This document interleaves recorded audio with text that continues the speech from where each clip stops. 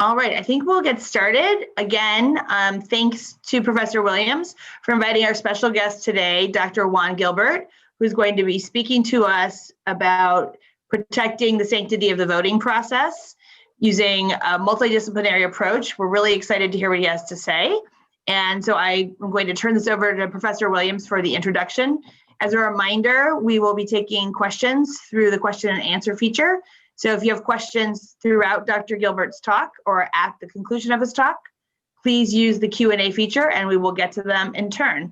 So without further ado, I'm pleased to turn the Zoom screen over to Professor Brian Williams. And again, thank you, Brian, for always introducing us and connecting us with such important policy leaders in their fields. And this, again, is one of the most timely and important topics I think we could be discussing today. So we're all the more appreciative for both of your involvement. Thank you so very much, Jill. Good afternoon, everyone. It is my pleasure to introduce today's Batten Hour speaker, Dr. Juan Gilbert. Professor Gilbert is the Andrew Banks Family Preeminence Endowed Professor and Chair of the Computer and Information Science and Engineering Department at the University of Florida, where he leads the Human Experience Research Lab. Professor Gilbert is a subject matter expert in advanced learning technologies, usability and accessibility, brain-computer interfaces, human-centered AI machine learning, and ethno-computing, which is culturally relevant computing. He has published more than 250 articles, given more than 250 talks, and obtained more than $28 million in research funding. He is an ACM Fellow, a Fellow of the American Association of Advancement of Science, and a Fellow of the National Academy of Inventors. In 2012, Dr. Gilbert received the Presidential Award for Excellence in Science, Mathematics, and Engineering Mentoring from President Barack Obama. In 2014, he received the American Association for the Advancement of Science Mentor Award. In 2015 and 2016, he was named the AAAS Lemelson Invention Ambassador, the Speech Technology Luminary by the Speech Technology Magazine, and a national role model by Minority Access Incorporated. In 2018, Professor Gilbert received the Computer Research Association's A. Nico Haberman Award. His expertise has been recognized by a government at its highest level. In particular, Professor Gilbert has testified before the Congress on the Bipartisan Electronic Voting Reform Act of 2008, in the U.S. House Committee on Administration for the 2020 Election Security, Perspectives from Voting System Vendors and Experts. Please join me in giving a very warm Batten and UVA welcome to Dr. Juan Gilbert. Thank you, Brian. I appreciate that. I'm going to share my screen and bring up my presentation.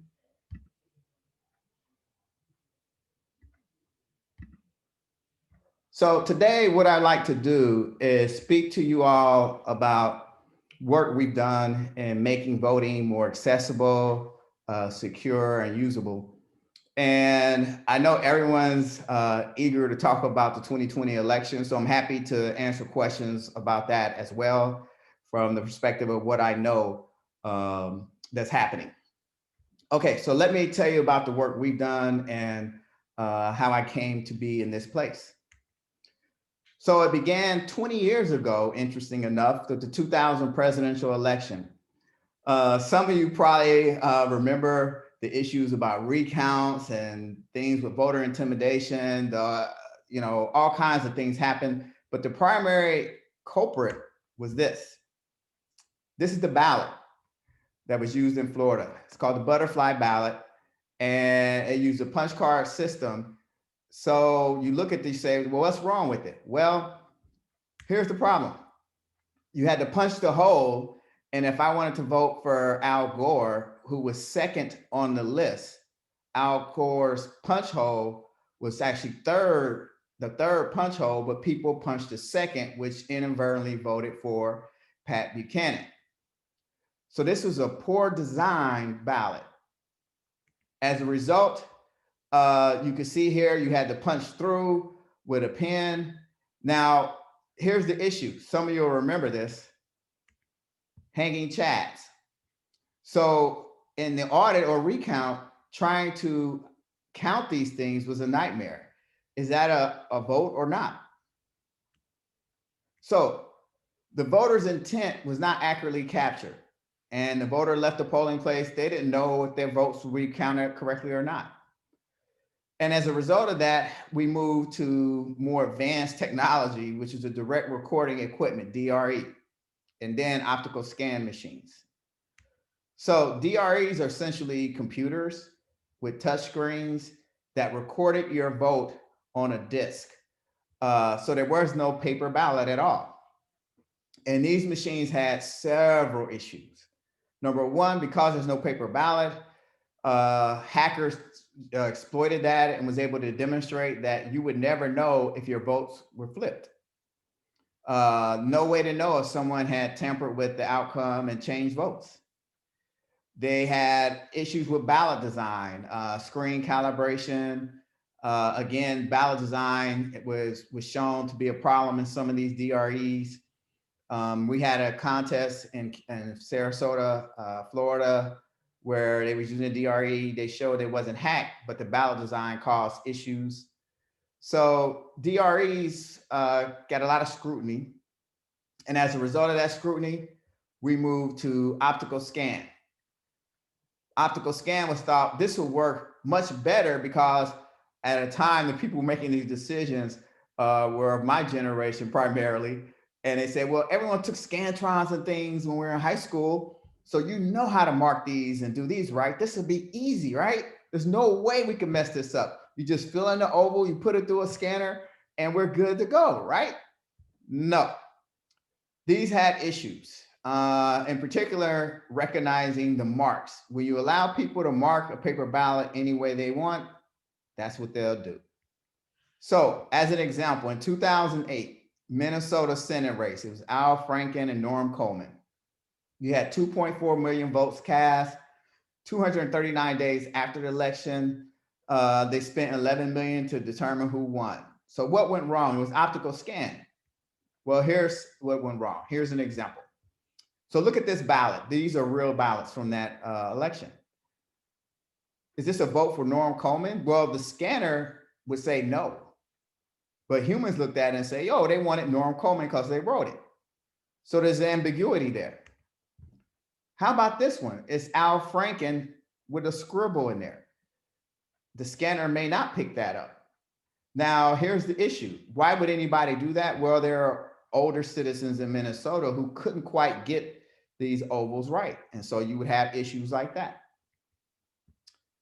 Then this one, they wrote in Franken and oval for Coleman. Well, Coleman would get the vote in the scanner, but who knows? And then this is a mess. Who knows who this person? They say, I really do want to vote for Coleman. So they try to scratch out their vote. So this is what happened with optical scan.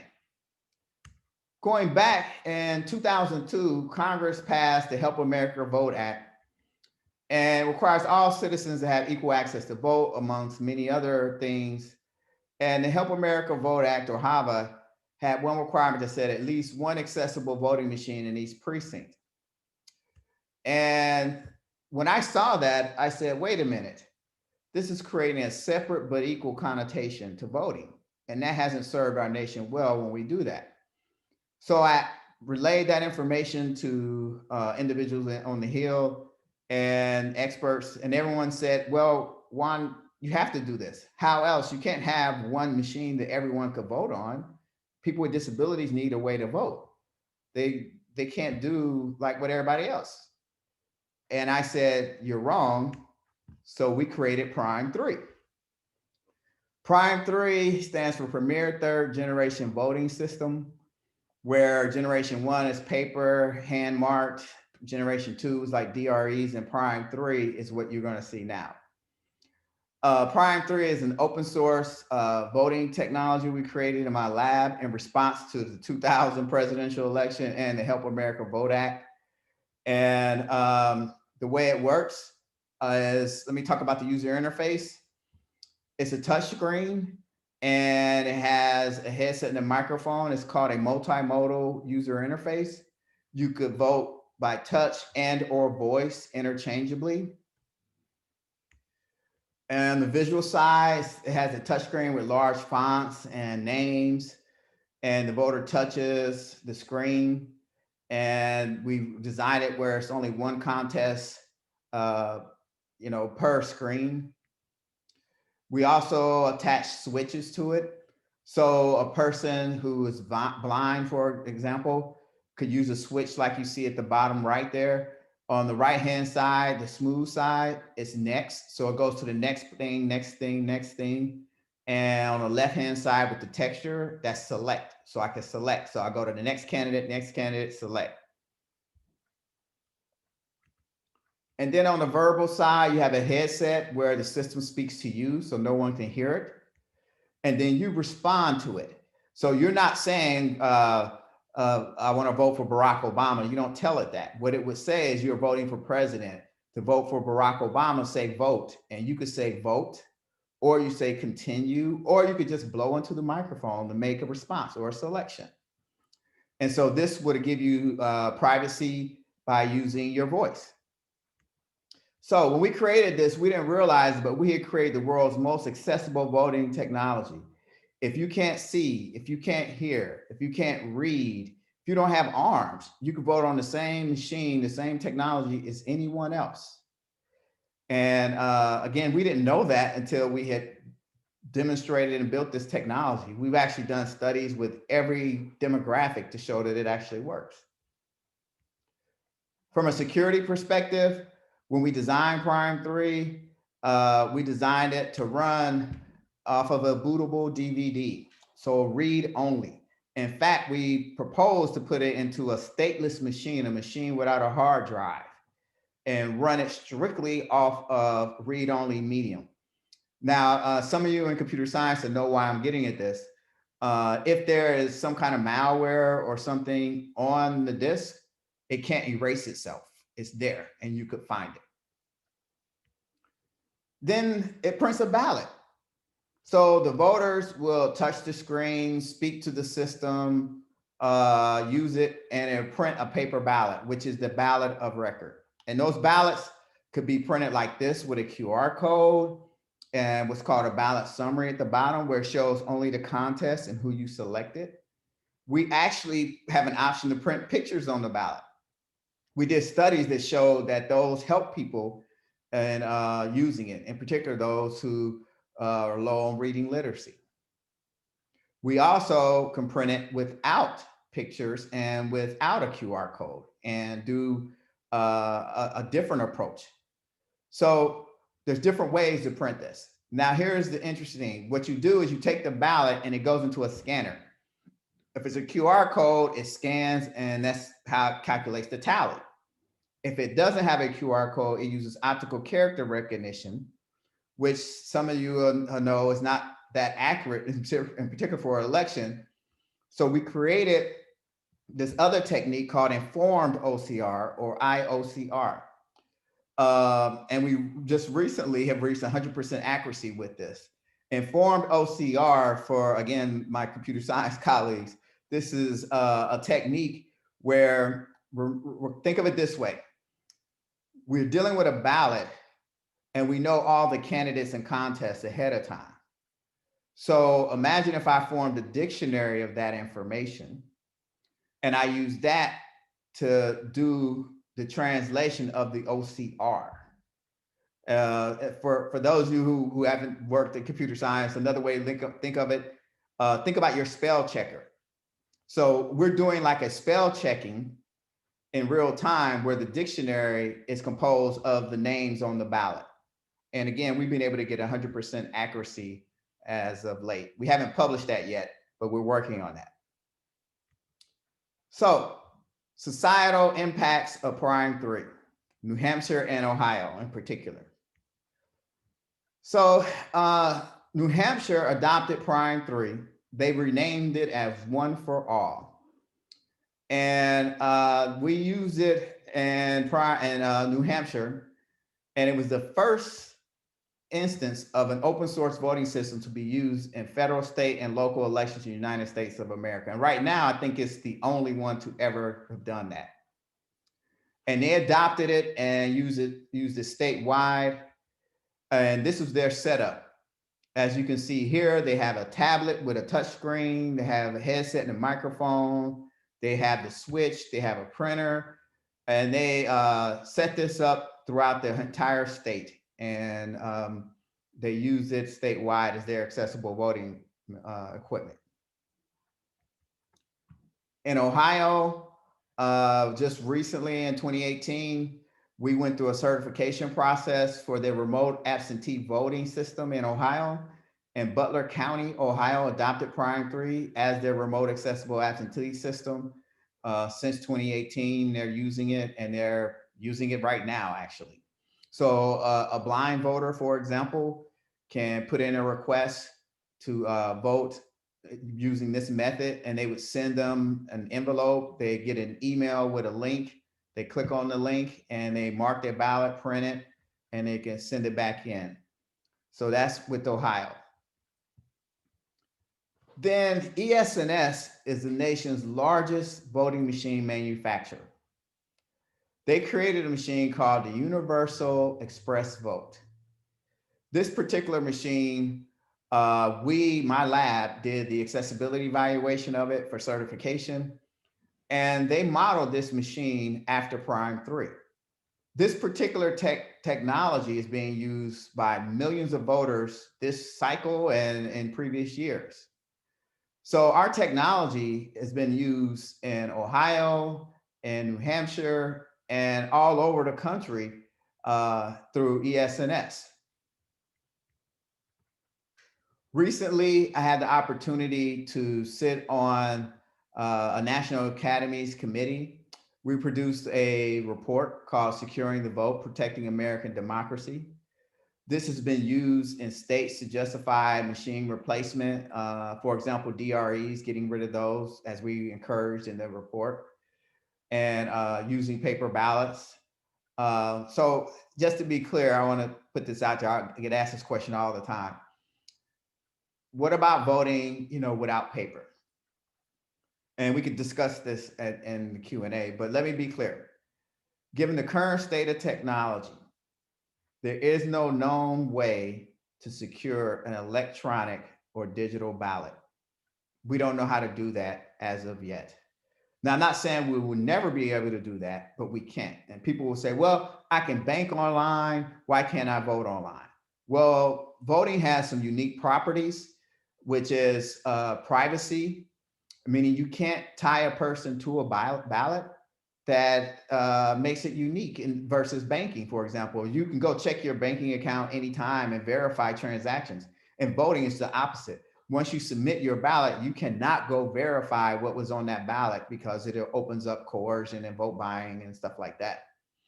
So there's some properties about voting that are unique to it that make it, at this point, where we cannot secure a digital ballot. And even if you encrypt the ballot, encryption protects you from reading it, but encryption doesn't protect me from deleting it or, worse, holding it for ransom. This work was funded by the National Science Foundation. It started in 2007. So the first version of Prime 3 we had in 2002. For those young PhD students out there, let this be an idea of perseverance, an example. We created the first version. We submitted probably half a dozen proposals to NSF to get funded, and we could not get funding, primarily because I was working in these intersections of accessibility, usability, security, and it was always an issue. And then one of the program managers said, Juan, you're doing great work. I like this. I am going to give you, at that time, it was called, I think, an eager, which a sugar is what it was called back then, a small grant for exploratory research. Now they're called eagers, and to start up our research. And so that was a helpful grant at a time that was challenging because people just weren't where we were at the time. Later, people started to catch up. United States Election Assistance Commission funded our work at $4.5 million for 3 years, where we were able to do demonstration projects on elections. We had several partners that we worked with under the brand of the Research Alliance for Accessible Voting, or RAVE. And so we were able to do a lot of research at that time to advance the state of accessible voting. The Knight Foundation gave us $35,000 to release Prime 3 as open source, which has proven to make a difference as well. So with that, I'll stop, and I can give a demo. So let me give a demo. I think I have a few minutes to do a demonstration. So this is Prime 3. From a technical perspective, again, the computer scientists out there, Prime 3 was developed in JavaScript and HTML. So it's specific to Chrome, but it can be browser independent depending on how I turn it on. And so let me give you an example. To start voting, say vote. Vote. Selected, start voting. There are 8 contests for voting. To change your setting, selected President and Vice President. You are voting for President and Vice President.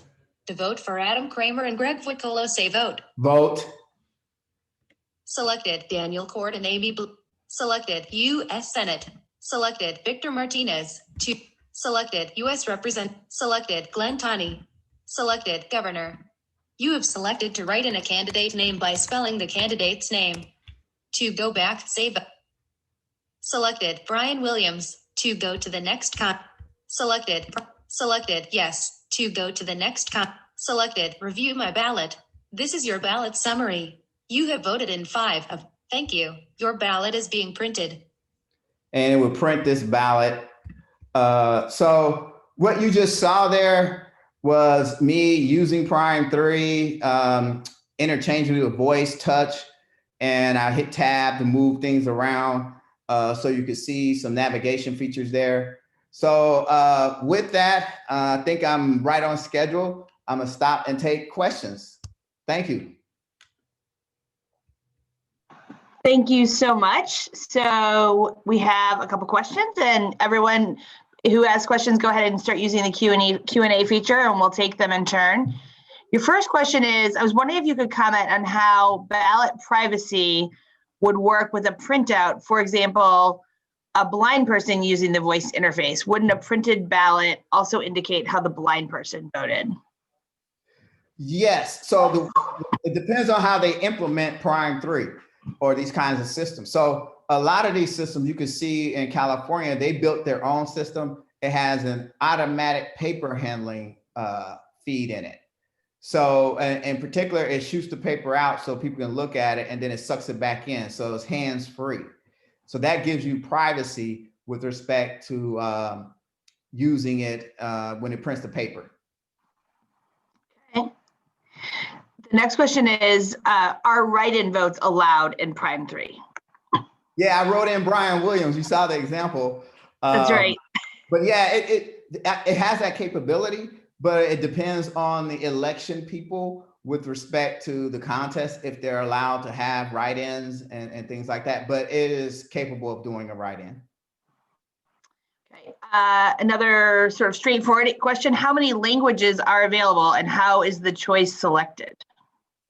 It is currently English, Spanish, 2 forms of Mandarin, and then I have Haitian Creole. And the language could be selected. We could set that up to be, it just depends on how they want to implement it. It can be set up where you select it up front, or you should send a link. It just depends on the election administration, how they want to implement it. But those are the languages I have currently. And adding a language is not very hard. We have a framework by which we can add a language fairly easy to Prime 3. Thank you. Okay, we have another question. How can you compare Prime 3 to the recently announced project by Microsoft using technology that is developed by DARPA? One of the claims of the DARPA project is that it allows voters to verify their votes. Yeah, what they're doing it's called an end-to-end verify system, E2E. These systems are clever. They're using a cryptographic implementation. So the way it works is, imagine if you were to go online and you marked your ballot. And when you're done, it would print, instead of that ballot, it would print something that is correlated to your ballot. So for lack of a better example, it would print, I don't know, say a picture of UVA or something. Mhm. And then when you go online, you could put in a code and that picture would appear, which would say, okay, we know your ballot has been counted as cast and verified. So the idea, it goes through this cryptographic thing on the back end where no one can tell how you voted. But then when you look at it, it shows you something that you saw at the time you cast your vote. Now, here's the problem with those systems. The math and the crypto behind them are solid. They are legitimate. It's really good stuff. But again, it's encryption, which means it's a file. My concern is that those files are stored somewhere. What happens if ransomware is inserted and people hold them for hostage, or someone just deletes them? These schemes were created from the threat model of someone trying to alter the vote. I want to swing the vote in favor of someone else. What we learned recently is that there's also the threat of blowing up the election, meaning I'm going to just destroy all the votes. Imagine what would happen if you voted and then the next day, before they can tally, they completely delete all those encrypted files. You can't recover them. That's chaos. So that's the threat with those systems. You said you recently learned of the threat. Do you want to talk more about that threat? That sounds kind of scary. Yes. We saw this with the Russia interference going back to the last election, where, yeah, indications are they wanted Trump to win, but there was also a motivation to cause disrupt or chaos in the election. So there's a separate motivation. Again, originally our threat models were based on someone changing the outcome of the election so that it's undetectable. And now there's this other threat model, which is someone could just simply blow up the election, which could be just as harmful. Okay, we've got a question, sort of on a similar kind of related note about interpretation by the voter. It says the QR code is not interpretable to the voter, but that is what's scanned by the scanner. What measures are in place to ensure that the QR code encodes the same information as is displayed in the voter readable part? Whomever asked that question, thank you. I forgot to explain that.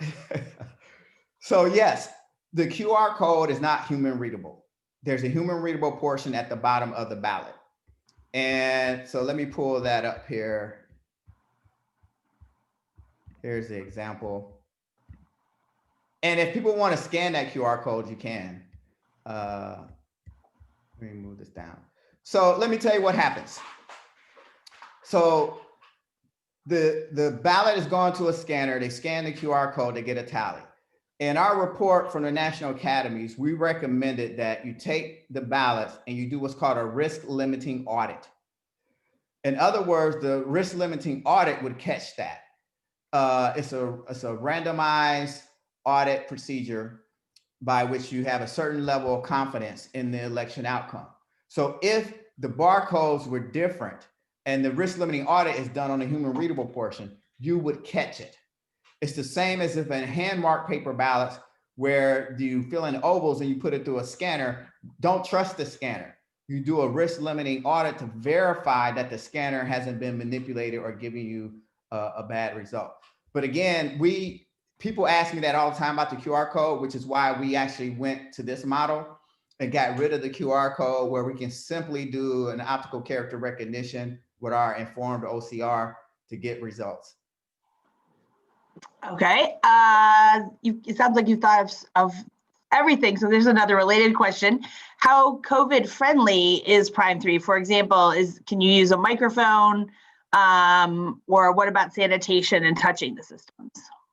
Yeah, the equipment would have to be sanitized, the microphone in particular. And when we do the headphones, we have removable covers disposable covers that we use in our studies when we were doing it at that time. But yeah, you're going to have to sanitize the machines. Now, I will say this, going back to this model.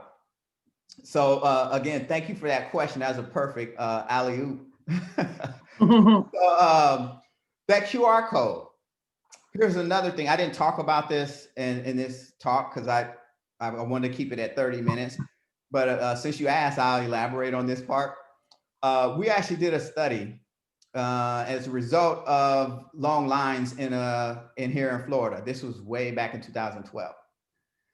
And here's something we implemented in Prime 3, and ES&S has modeled this in the Express Vote, but they're not using it to my knowledge yet. Imagine if you could go online, mark your ballot, and instead of printing it, it gives you a QR code like this. And then you can scan it and see what's in the QR code, you know what it is. And on election day, you go in, you walk up to the machine, you scan the QR code, and it brings Prime 3 up in the review mode. So you can change your votes, you review them, and then you print. Well, what's the advantage of this? This had a significant impact on decreasing voting times, decreasing errors, and engaging people in elections, actually. So this will be one way to help with the COVID situation. Now, directly related to the COVID situation, Prime 3 was one thing. And then I also created this called the inline ticketing system. You can go to inlineticketing.org and read up on it. The idea is that I created a technology that would allow election officials to give social distancing for lines. So if you show up and there's a line, election officials can hand out a ticket to hold your place in line, and you disperse, and that ticket would have the time to come back. So this is an inline ticketing system. So what would happen is the election officials would measure how long it takes a person to leave after they're voting. So people go in, imagine it's a black box where people vote, and there's a line on one side and people leave on the other side. At what time do they leave on the other side? Let's say it takes 5 minutes, and you put that in, and then you could print tickets. So I could print, say there's 10 people online, and what happens is it prints these 10 tickets, and you know look at this, it has a QR code, and it tells you when to come back in English and Spanish. And what would happen, they would hand these tickets out, and people would come back and they would scan the tickets, and they could monitor the queue. So thanks for asking that question. That's how we handle that in Prime 3, in particular with COVID situation. Okay. Someone wanted to know, we couldn't actually see when you were doing your demo, we weren't able to see your screen share. Is it possible for us to see a better visual of the demo? Can you see my screen now? We can just see the standard ballot. Oh, okay. Let me try again. Hold on. Okay. If not, that's okay too. But if it's possible, there was a request. There we go. Yeah. Yep. Everybody, now we can. Okay. Yes. I'll walk through it again. So here's the audio. To start voting, say vote. Vote. Selected, start voting. There are 8 contests. Selected, president and vice president. You are voting for president and vice. To vote for Adam Kramer. To vote for Daniel Court. Selected, Daniel Court and Amy Blue. Selected, U.S. representative. You have selected to write in a candidate's name by spelling the candidate's name. To go back, say vote. Selected, Brian Williams. To go to the next selected, Proposition 1. You are voting for Proposition 1. This is contest number 8 out of 9 contests. There are 2 candidates and no write-ins available. It reads as follows. Retain Robert the Merju as selected. Yes. To go to the next. Selected. Review. This is my the ballot. review screen. This is your ballot summary. Gotcha. You have voted in 3 of the 8 contests. Selected. Governor. Selected. Gerard Harris. Selected. Review my ballot. This is your ballot. Thank you. Your ballot is being printed. And see that it would print the ballot. Got it. Got it. Oh, that's helpful. So that helps. And Brian Williams would be a good write-in candidate also. He may have to live in Florida though. Yeah. We don't want to lose him. We have another question about what are some of the from one of our policy students. What are some of the possible reasons for resistance from policymakers who have the power to choose to implement a system like Prime 3? Well, that is a great question. And that happens. So here are the issues I've experienced. When I first created Prime 3, I experienced pushback. And that pushback was in the form of something interesting. Let me explain it this way. When I created Prime 3, people would ask me, they would say, Juan, this is great. Who owns it? And I said, I do. They said, well, who do you vote for?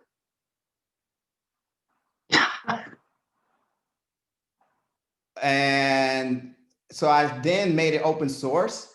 And people ask me, well, who owns it? I say it's open source. No one's ever asked me, who do I vote for again?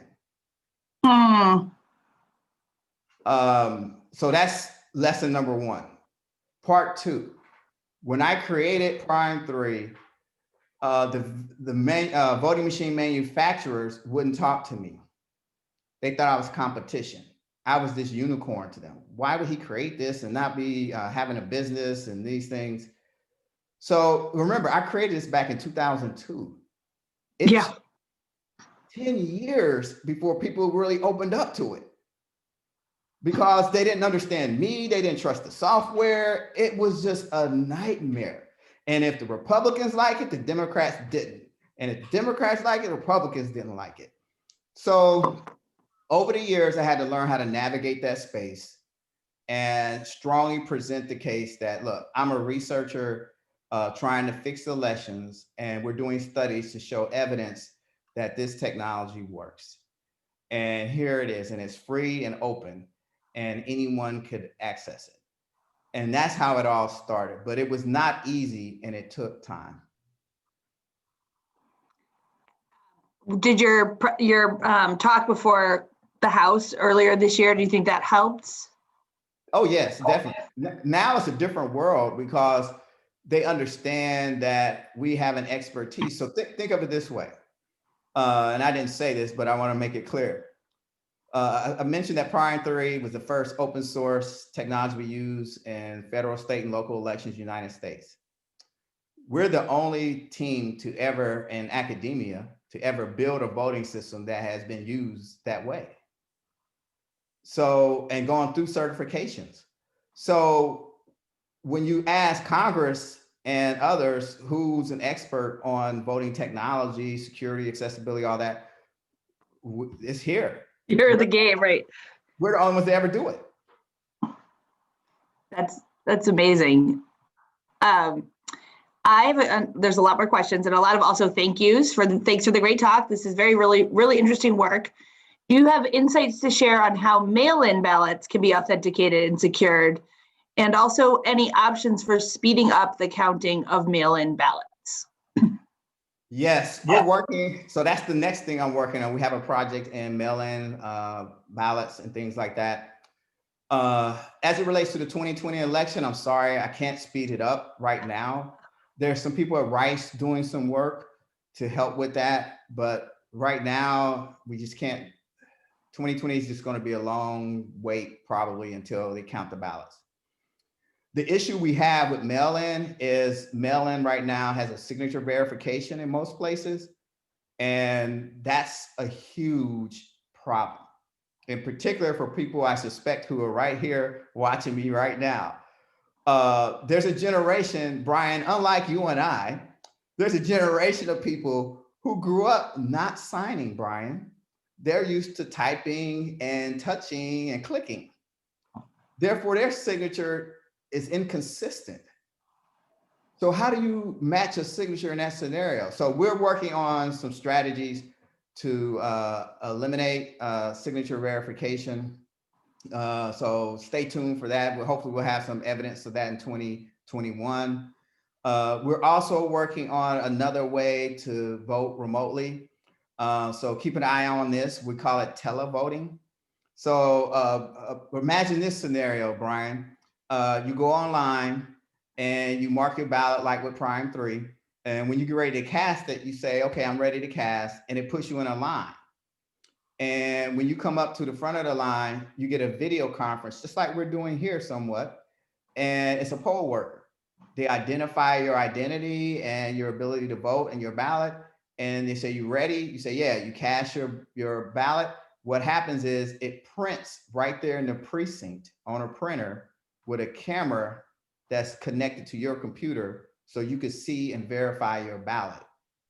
So that's called televoting. Stay tuned on that one. So we have another question about monitoring the election lines. It said, who will police the lines? For example, if you come back at your time and there's still a line, someone might allow you to go ahead, and rightfully so, but others might not understand that this person had a ticket to return. So it could potentially lead to chaos. No, the inline ticket, if they're using it correctly, that won't happen because you wouldn't have a line. Once you hand out the tickets, anyone else that shows up without a ticket, they get a new ticket to get to the end of that line and they can disperse. So there shouldn't be a line. People should only be walking up at their designated time to cast their vote. That's like taking a page from the Disney playbook, right? You in Florida know how to monitor lines better than the rest of us. That's exactly it. Yes, exactly. And just to, let me show this. I share my screen. Remember, I printed those 10 tickets. Mm-hmm. If I do show tickets, let's see. Yeah, we can see it. Wow. And you can see that people haven't used tickets. This is the ticket scanner where it would scan and tell you if a ticket is valid. So if they scanned a ticket and it was invalid, it would say invalid ticket. And so then what it's going to do is eventually it has a ticket expiration of 12/49. So no one's expired yet, but eventually these tickets will go away when they expire. So it has a 10-minute window for expiration. It's literally like the fast pass. That's awesome. That's great. Yeah. And that's open and free. That's open and free. Anyone can go to my website and download it, install it, and use it. I don't know if election officials are using it. They don't have to tell me, but because it's free, I made that free. Anyone can use it. That's amazing. We have another question just about other tech. Are there any other major voting technological advances in the past decade that you've seen? I would say the most advanced thing would be the things we've done on making voting accessible for people with disabilities is by far the most impressive thing. Outside of that, I had to think about, I can't think of any real advancements other than the mechanical ability to handle mail-in ballots, but we were doing that kind of stuff with the mail already. And I have to think about it. There hasn't been much advancement in that side.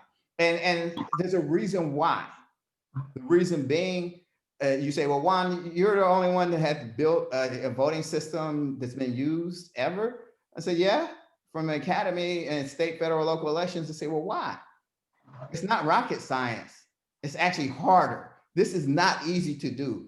Election is very, very hard. Being able to create technology that can pass all the checks is not easy. That's why no one's done it.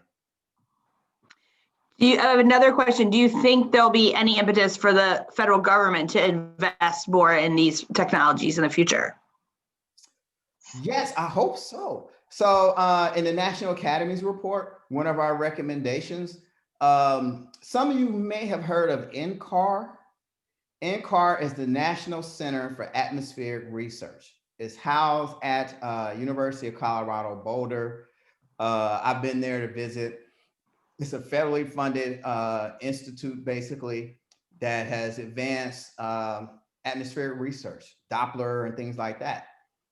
I and my colleagues in this report made a recommendation that we need a national center like that for elections. And hopefully that will happen sometime. I know Congress is looking at it, where they were looking at it. Let me put it that way. The election is right now at the forefront of all their minds. But hopefully in 2021, they'll pick it back up and we'll do something like that. So I'm optimistic. Obviously, absent a group like that right now, can you look into the crystal ball, give us any predictions about not necessarily the outcome of the election, but what do you anticipate? Lots of allegations of voter fraud and a delayed result in declaring a new president? Yes, based on what President Trump has said, that he's going to challenge the election if he doesn't win. So that could tie things up with some litigation. I think there's an unprecedented number of mail-in ballots coming. And in most states, they can't open them until election day. So that's going to take a while to get those counted. So I expect at a minimum a delayed result, and then possibly challenges to those. It keeps you and your colleagues in business, that's for sure. It keeps your work even more relevant. I think we have time for one more question. Does anyone else have a question out there? Any other questions? It looks like we might have covered. I'm just making sure we've covered all of our questions. Anything else? I think we've covered it. I guess my last question is just what recommendations do you have? We've got computer scientists on this program and also policymakers.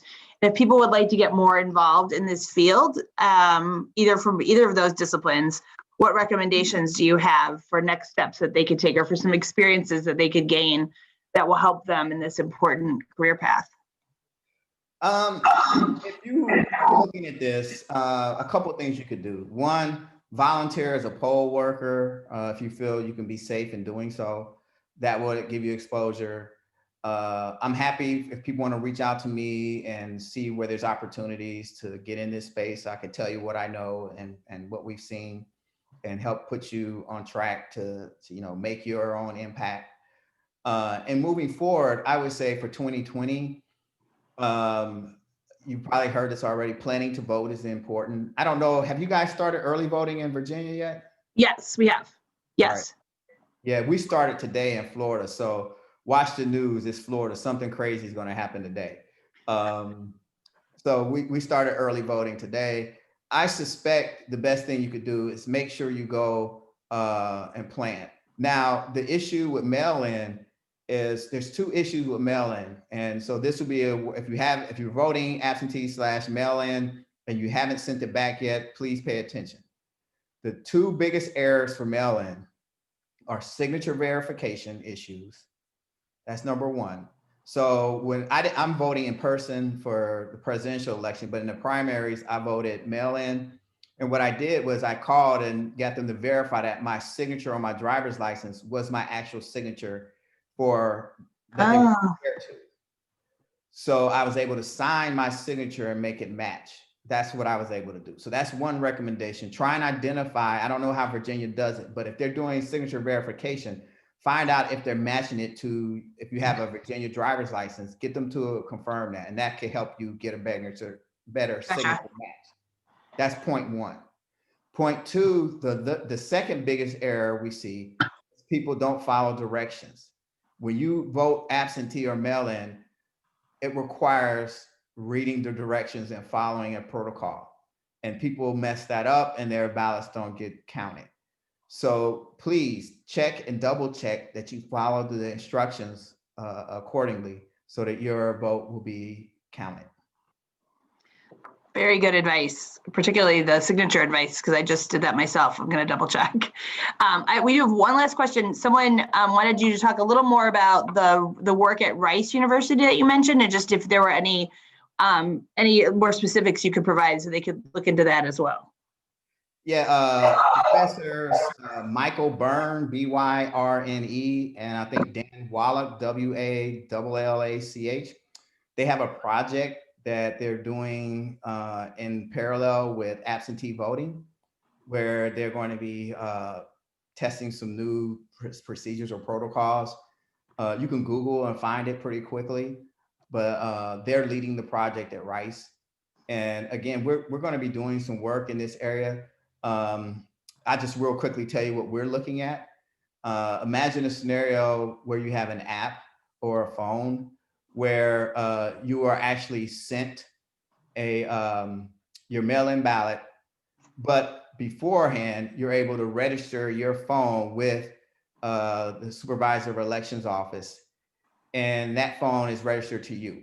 So that phone is almost like your signature. And when you get a ballot, you can scan a QR code that says, hey, I received it. And then you can send it back, and they could ping your phone, push to your phone a notification that you can acknowledge as a signature, because it would be unique to you going to your phone. So that's something we're investigating. It's an ongoing project that we think has promise, but it doesn't, if you don't have a smartphone, it doesn't prohibit you from signing, but it does empower you to use your phone, which typically has a biometric feature anyway, for you to essentially sign.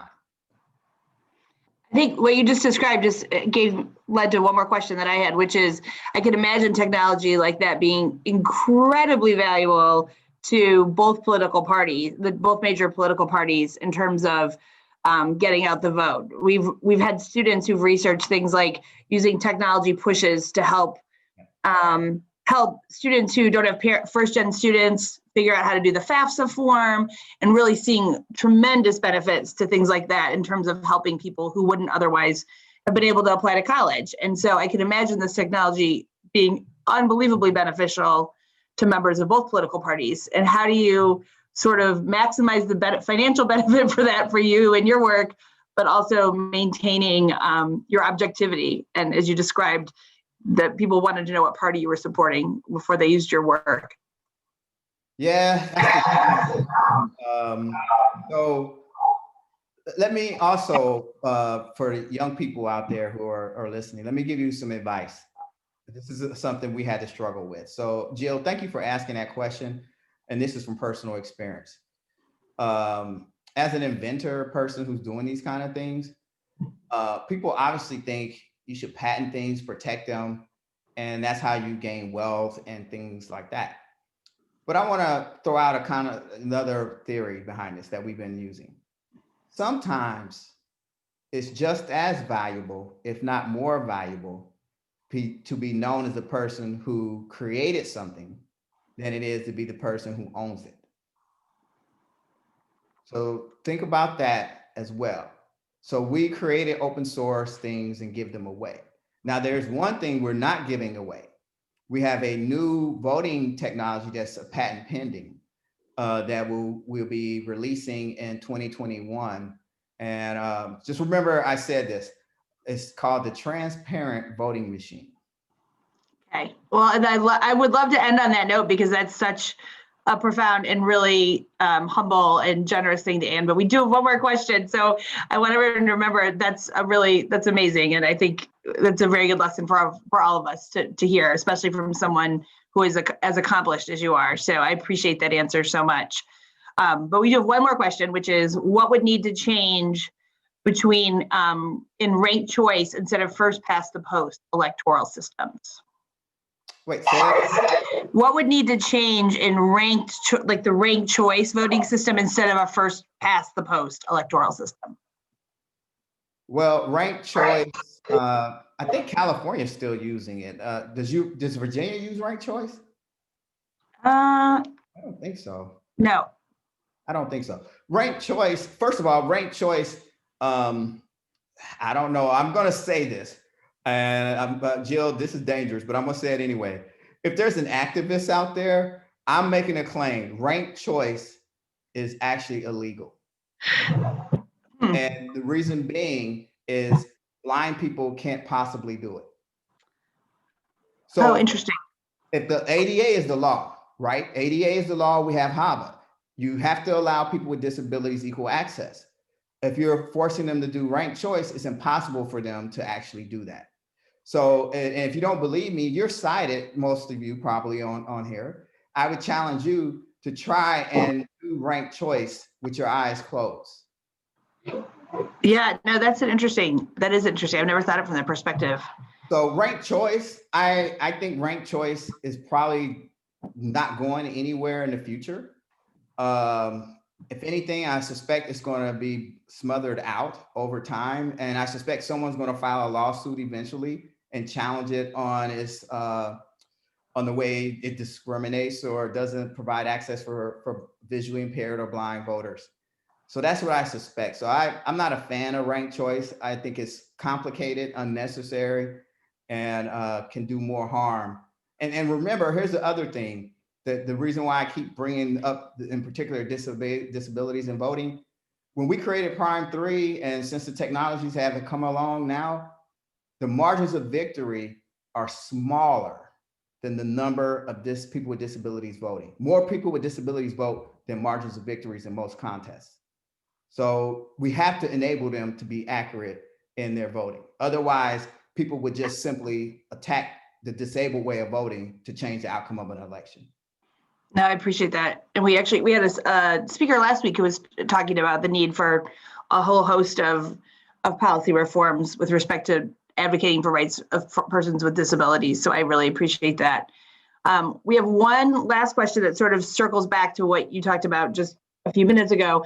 And that person asks, what about patenting your technology and then giving the intellectual property rights to a foundation? That's something I hadn't thought about until recently. We could do that.